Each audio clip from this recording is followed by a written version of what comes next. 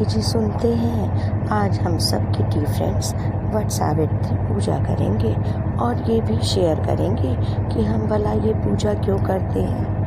सावित्री राजा अश्वपति की बेटी थी, जिनका विवाह सत्यवान से हुआ था, जिसे विवाह के 1 वर्ष बाद मरने का श्राप मिला था।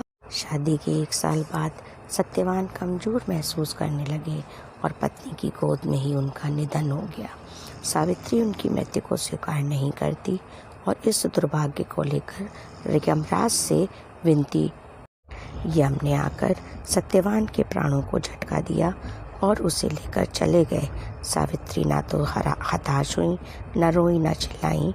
उन्होंने अपनी गोद से उनका सर उतारा और यमराज से विनती करके सावित्री सत्यवान के प्राणों को उनसे वापस मांग लाई। इसीलिए यह व्रत सत्यवान सावित्री के नाम पर मनाया जाता है। सावित्री ने यमराज से सास ससुर के लिए आंखें, खोया हुआ राजपाट और 100 पुत्रों का वरदान मांगा, जिसे यमराज ने सभी वरदान सावित्री को दिए। वट वृक्ष के नीचे सावित्री ने अपने पतिव्रत की प्रभाव से मृत पड़े सत्यवान को पुनः जीवित किया था। तभी से इस व्रत को वट सावित्री के नाम से जाना जाता है।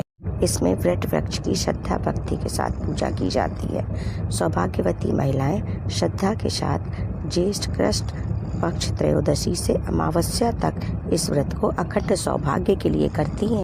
हम तो बरगद के पेड़ में जल डालकर फूल, अक्षत, मिठाई चढ़ाते हैं और इसके बाद पेड़ में रक्षा सूत्र बांधकर पेड़ के चारों ओर परिक्रमा करते हैं। बरगद के एक वृक्ष में ब्रह्मा, विष्णु और महेश तीनों देवताओं का वास होता है। इसीलिए वृक्ष का पूजन करने पर सभी देवताओं का आशीर्वाद मिलता है। हम तो वट की परिक्रमा करते समय वैवस्वताय मंत्र का जाप करते रहते हैं। हम इस व्रत को रखकर पति के दीर्घायु जीवन और परिवार में सुख समृद्धि के लिए प्रार्थना करते हैं। हम तो पूजा थाली में रक्षा सूत्र, बरगद का फल, बांस का पंखा, कुमकुम, सिंदूर, फल फूल, रोली, चंदन, अच्छत, दीपक, गंध, इत्र, धूप, सुहाग सामग्री, सत्यवान और सावित्री की मूर्ति रखते हैं। हम तो कच्चा सूत तने में लपेटते जाते हैं और 7 बार उसकी परिक्रमा करके हाथ में भीगा चना लेकर सावित्री सत्यवान की कथा सुनते हैं। हम तो पूजा करने के बाद 12 चने और बरगद के फल के साथ अपना व्रत खोलते हैं और चना खाने के बाद भोग में चढ़ाए हुए मेवा, मिष्ठान और फल का सेवन करते हैं। हम तो मानते हैं वट सावित्री पे वट वृक्ष की पूजा करना शुभ होता है और इस दिन पूजा करने से पति की लंबी आयु का आशीर्वाद मिलता है। सुहागिन स्त्रियां पति की दीर्घायु और सुखद वैवाहिक जीवन के लिए इस व्रत का पालन करती हैं। वट सावित्री के व्रत से घर में सुख समृद्धि के योग बनते हैं और रुके हुए कार्य पूरे होते हैं। वट सावित्री अमावस्या एक उपवास का दिन है जो सावित्री के पवित्र कृत्य की याद में मनाया जाता है, जिसने अपने पति सत्यवान को मृत्यु के देवता यमराज से बचाया था। विवाहित हिंदू महिलाएं अपने पति की लंबी स्वस्थ जिंदगी के लिए इस उपवास को करती हैं। महिला की शुद्धता और पति के प्रति समर्पण की शक्ति को दर्शाने के लिए महाभारत में भी सावित्री की कहानी बताई गई है और इसमें पवित्रता का महात्म्य भी बताया गया है। सावित्री ने अपने पति सत्यवान के प्रति समर्पण की शक्ति का उपयोग करके यमराज से उसकी निश्चित मृत्यु को टाल दिया था।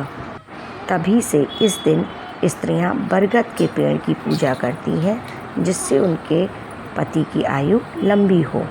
बरगद के पेड़ में जल डालकर उसमें फूल, अक्षत और मिठाई चढ़ाई जाती है। इसके बाद पेड़ में रक्षा सूत्र बांधकर पेड़ के चारों ओर 7 बार परिक्रमा की जाती है।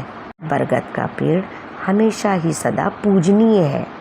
सावित्री सत्य की एक दृष्टि प्रदान करती है जो सामान्य मन से परे अतिमानस और अतिमानसिक सत्य के दायरे से होकर गुजरती है। सावित्री एक विषय के रूप में मानव के जीवन और ब्रह्मांडीय स्तरों को, उसकी आत्मा की गति को दर्शाती है। सावित्री को केवल तर्क संगत रूप में वर्णित नहीं किया जा सकता, बल्कि आत्मा के स्तर पर महसूस किया जा सकता है। बेस्ट बोलो जी सभी सुहागिनों को पति के दीर्घायु के जीवन के साथ परिवार में सुख समृद्धि की प्रार्थना करते हैं। सही कहते हैं आप, हम बेस्ट बोलते हैं जी।